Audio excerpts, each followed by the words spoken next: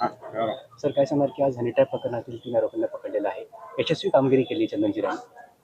दिनांक 13 जुलै रोजी एक घटना चंदनजिरा पोलीस स्टेशनला नोंद झालेली होती, गुन्हा दाखल झालेला होता। एका इस्मानी तक्रार केली होती की साधारणपणे 1 महिन्यापूर्वी त्यांच्यासोबत हा प्रकार घडलेला होता।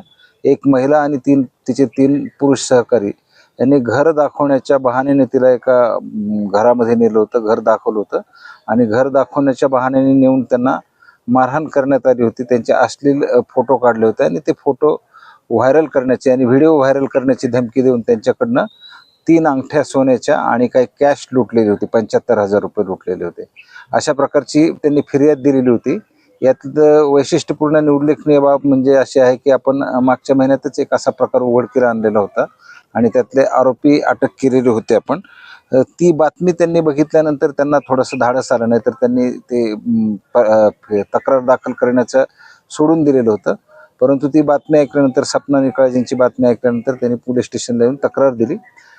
ही तक्रार दाखल झाल्यानंतर माननीय पोलीस अधीक्षक संधू सर, माननीय अपर पोलीस अधीक्षक साळे सर यांनी चंदनजिऱ्याचे PI बाळासाहेब पवार साहेब यांना सूचना दिल्या होत्या गुन्हा उघडकीस आणण्याच्या।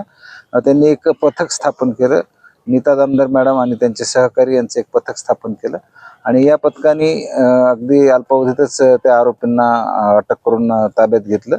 त्यांनी तो गुन्हाही कबूल केलेला आहे। आरोपी आता 17 तारखेपर्यंत पोलीस कस्टडी रिमांडमध्ये आहेत। त्यांच्याकडून गुन्ह्यात वापरलेले म्हणजे गुन्ह्यात त्यांनी चोरलेले 2 अंगठ्या आणि 40,000 रुपये रोख असा मुद्देमाल जप्त करण्यात आलेला आहे। त्याबरोबर गुन्ह्यात वापरलेले मोबाईल आणि मोटरसायकल्स असा साधारणपणे 3.25 लाख रुपयांचा मुद्देमाल जप्त केलेला आहे। अजून पोलीस कस्टडी रिमांड आहे।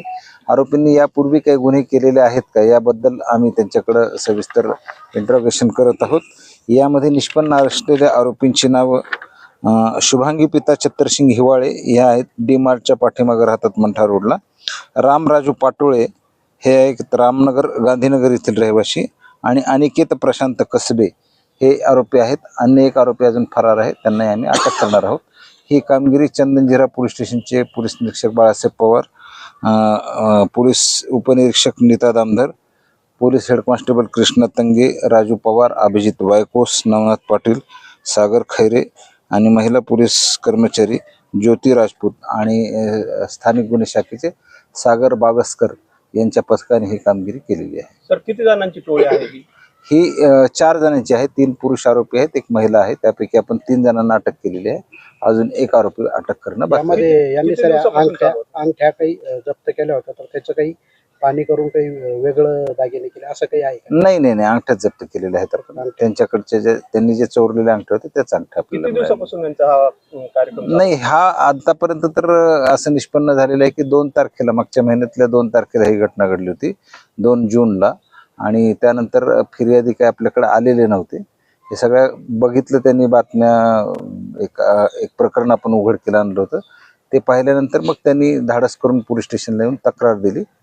त्यांना बदनामीची भीती होती की बाबा बदनामी होईल, मग आपण ते गोपनीयतेचं वगैरे त्यांना सांगितल्यानंतर त्यांनी तक्रार दाखल केली आणि आता तरी पहिलीच घटना आहे या आरोपींनी केलेली असं निष्पन्न होते। आरोपीला रील स्टार असल्याचं समजतं, काय सांगा?